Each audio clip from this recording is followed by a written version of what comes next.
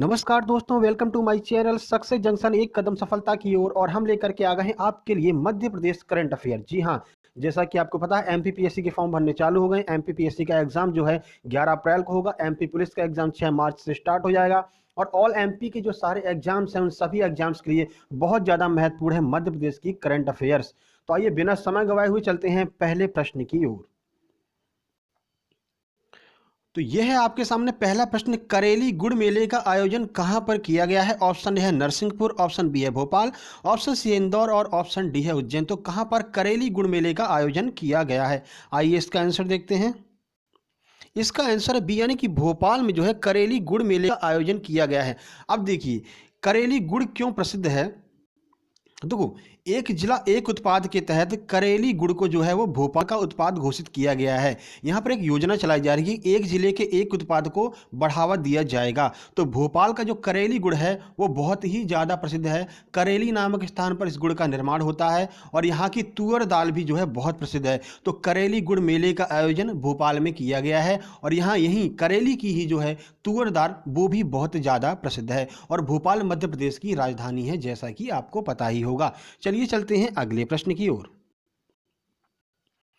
अगला प्रश्न है, दस्तक अभियान की शुरुआत कब से की गई है? यह आपसे पूछा गया है। ऑप्शन ए है 11 जनवरी, ऑप्शन बी है 12 जनवरी, ऑप्शन सी है 13 जनवरी या फिर ऑप्शन डी है 14 जनवरी। आइए इसका आंसर देखते हैं, फिर आपको देते हैं इसके बारे में अतिरिक्त जानकारी।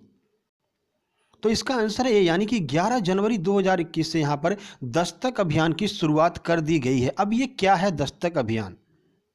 देखिए, 15 वर्ष से जो कम आयु के बच्चे हैं उनको पोषण सुविधा उपलब्ध कराने के लिए दस्तक अभियान की शुरुआत की गई है। महिला एवं बाल विकास मंत्रालय के द्वारा इस अभियान की शुरुआत की गई है। जैसा कि आपको पता है, ये कार्यभार जो है आंगनवाड़ी के हाथों में होता है। तो आंगनवाड़ी की महिलाओं के द्वारा 15 वर्ष से कम वर्ष के जो बच्चे हैं उनको पोषण सुविधा और आहार उपलब्ध कराने के लिए दस्तक अभियान की शुरुआत मध्य प्रदेश में 11 जनवरी से की गई है। चलिए चलते हैं अगले प्रश्न की ओर। अगला प्रश्न है, तुलसीराम सिलावट ने कुंडलिया डैम का परीक्षण किया है। यह परियोजना किस जिले में स्थित है? अब यह महत्वपूर्ण क्यों हो गया? क्योंकि अभी हाल ही में तुलसीराम सिलावट जी ने इस डैम का परीक्षण किया है। तो ऑप्शन ए है राजगढ़, ऑप्शन बी है मुरैना, ऑप्शन सी है दतिया और ऑप्शन डी है उज्जैन। आइए इसका आंसर देखते हैं कि कहाँ पर स्थित है ये कुंडलिया डैम परियोजना। इसका आंसर ए, यानी कि राजगढ़ जिले में जो आपकी कुंडलिया डैम परियोजना है वो चलाई जा रही है। अब देखिए,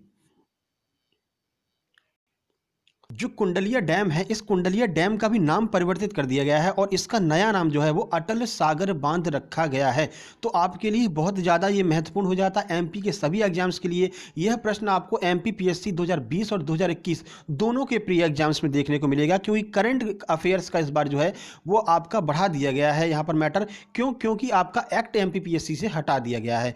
तो जो कुंडलिया डैम है इसका नया नाम जो है अटल सागर बांध रखा गया है। तुलसीराम सिलावट जी ने अभी हाल ही में का परीक्षण किया है। चलिए चलते हैं अगले प्रश्न की ओर।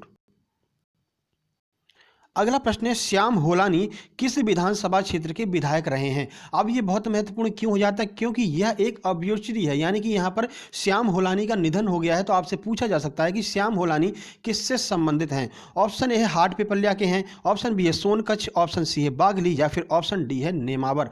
और ये सारे के सारे जिले जो हैं वो देवास से संबंध रखते हैं। आइए देखते हैं, ये सारे स्थान देवास के ही हैं और इसका आंसर है सी, यानी कि बागली जो है वहां से श्याम लोहानी जी विधानसभा बागली से विधायक रहे थे। तो आपका एक प्रश्न यहां पर यह क्लियर हो जाता है कि श्याम होलानी संबंधित हैं। तो एक राजनीतिज्ञ है श्याम होलानी जो कि विधायक थे। अब देखिए, तो इनकी जो मृत्यु है 76 वर्ष के आयु में इंदौर में इनकी मृत्यु हो गई है। किसकी? श्याम होलानी जी की। और ये बागली जो विधानसभा क्षेत्र है वहाँ से विधायक थे। और बागली कहाँ का स्थान है? तो देवास में स्थित है बागली। और बागली से कौन सी नदी निकलती है? इसका आंसर आपको कमेंट बॉक्स में करना है। चलिए चलते हैं अगले प्रश्न की ओर। तो अगला प्रश्न है, मुख्यमंत्री शिवराज सिंह जी ने प्रदेश स्तरीय महिला जागरूकता सम्मान अभियान कब प्रारंभ किया है? ऑप्शन ए है 26 जनवरी, ऑप्शन बी है 25 जनवरी, ऑप्शन सी है 11 जनवरी या फिर ऑप्शन डी है 15 जनवरी। तो कब प्रारंभ किया है या फिर किया जाएगा? मुख्यमंत्री शिवराज सिंह चौहान ने प्रदेश स्तरीय महिला जागरूकता सम्मान अभियान। आइए देखते हैं इसका आंसर। इसका आंसर सी, यानी कि 11 जनवरी से प्रारंभ कर दिया गया है प्रदेश स्तरीय महिला जागरूकता सम्मान अभियान। अब यह है क्या? आइए बताते हैं। तो 11 से 26 जनवरी तक जो है इसका अभियान की शुरुआत की गई है और इसमें एक नारा दिया गया है, यानी असली हीरो नारा इसी योजना से संबंधित है। तो आपसे पूछा जा सकता है, जैसे एक बार आपसे छतरी अभियान पूछा गया था कि छतरी अभियान किससे संबंधित है एमपीपीएससी में, यही आपसे असली हीरो नारा किससे संबंधित है यह आपसे पूछा जा सकता है। तो प्रदेश स्तरीय महिला जागरूकता सम्मान अभियान से संबंधित है असली हीरो का हीरो नारा। अब देखिए इसमें है क्या, तो देखिए जैसे जैसे आपको पता है महिलाओं पर जो अत्याचार बढ़ रहे हैं, इसकी रोकथाम के लिए यह अभियान चालू किया गया है। इसके अंतर्गत अगर आप देखते हैं कि किसी महिला पर अत्याचार हो रहा है और अगर आप उस पर एक्शन लेते हैं, उसके खिलाफ उसकी मदद करते हैं, तो आपको असली हीरो माना जाएगा और आपको सम्मानित किया जाएगा। और 11 से 26 जनवरी तक यह जागरूकता अभियान चलाया जाएगा। चलिए चलते हैं अगले प्रश्न की ओर। अगला प्रश्न है, निम्नलिखित में से कौन सा जिला अटल भूजल योजना में शामिल नहीं है? ऑप्शन ए है छतरपुर, ऑप्शन बी है टीकमगढ़, ऑप्शन सी है पन्ना और ऑप्शन डी है देवास। आइए इसका आंसर देखते हैं। इसका आंसर डी, यानी जो देवास जिला है वो अटल भूजल योजना में शामिल नहीं है। तो कौन कौन से जिले यहां पर अटल भूजल योजना में शामिल हैं आपसे पूछा जा सकता है।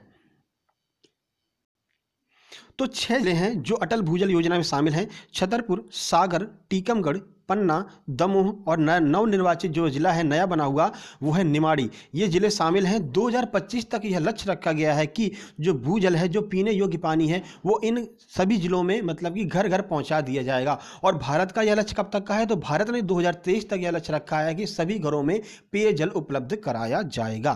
तो ये 6 जिले आपसे पूछे जा सकते हैं, जरूर याद रखिएगा। चलिए चलते हैं अगले प्रश्न की ओर। अगला प्रश्न है, उज्जैन में कितने करोड़ की लागत से श्री महाकाल विकास योजना को मंजूरी दी गई है? ऑप्शन ए है 100 करोड़, ऑप्शन बी है 200 करोड़, ऑप्शन सी है 500 करोड़ और ऑप्शन डी है गई भैंस पानी में। भाई इसका मतलब क्या है? इसका मतलब है NOTA, none of the above. आइए इसका आंसर देखते हैं। इसका आंसर सी, यानी कि 500 करोड़ रुपए की यहां पर राशि दी गई है, श्री महाकाल विकास योजना को मंजूरी प्रदान की गई है। अब इसमें होगा क्या? तो इस योजना में मंदिर का जो क्षेत्रफल है वो 10 गुना बढ़ा दिया जाएगा, सारी सुविधाएं उपलब्ध कराई जाएंगी। और उज्जैन में स्थित है श्री महाकाल का मंदिर। आपको ये बात याद रखनी चाहिए कि उज्जैन में श्री महाकाल का मंदिर यहाँ पर है और यहाँ पर जो है आपका अर्ध कुंभ का मेला भी आयोजित होता है। क्षिप्रा नदी यहाँ की पवित्र नदी है जिसके किनारे यह उज्जैन स्थित है। ये बहुत महत्वपूर्ण है। आपको पिछले प्रश्न का आंसर अगर आप को रिलेट करेंगे तो यहाँ से मिल जाएगा, जिसका आंसर आपको कमेंट बॉक्स में देना है। अगला प्रश्न है, 16 जनवरी से मध्य प्रदेश के किस जिले में कोविड वैक्सीन लगाने की शुरुआत की जाएगी? ऑप्शन ए है मुरैना, ऑप्शन बी है भिंड, ऑप्शन सी है ग्वालियर या फिर ऑप्शन डी है सिंगरौली। आइए देखते हैं इसका आंसर। इसका आंसर डी, यानी कि सिंगरौली जिले से यहाँ पर कोविड वैक्सीन लगाने की शुरुआत की जाएगी। जिसे मामा ने कभी कहा था कि हम इसको सिंगापुर बनाएंगे।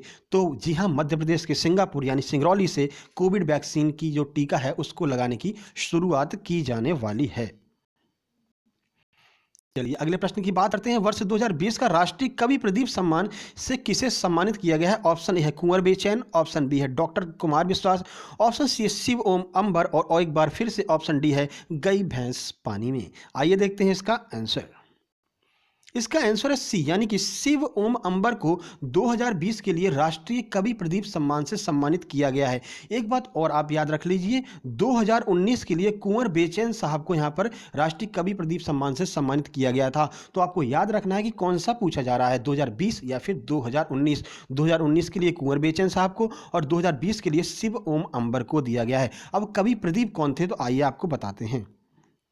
तो ए मेरे वतन के लोगों, जो गाना जिन्होंने लिखा था वो कवि प्रदीप ने ही लिखा था, जिसको लता मंगेशकर जी ने आवाज़ दी है और बहुत प्रसिद्ध हुआ था। ए मेरे वतन के लोगों जरा आंख में भर लो पानी। ये आपने गाना कई बार सुना भी होगा। तो ये जो है गाना लिखा है कवि प्रदीप जी ने। चलिए चलते हैं अगले प्रश्न की ओर। अगला प्रश्न है, उमंग किशोर हेल्पलाइन में अच्छे प्रदर्शन के लिए कितने जिलों को सम्मानित किया गया है? ऑप्शन ए है 5, ऑप्शन बी है 6, ऑप्शन सी है 8 या फिर ऑप्शन डी है 4। आइए इसका आंसर देखते हैं। इसका आंसर है ए, यानी कि 5 जिलों को उमंग किशोर हेल्पलाइन में अच्छे प्रदर्शन के लिए सम्मानित किया गया है। तो कौन कौन से वो जिले हैं?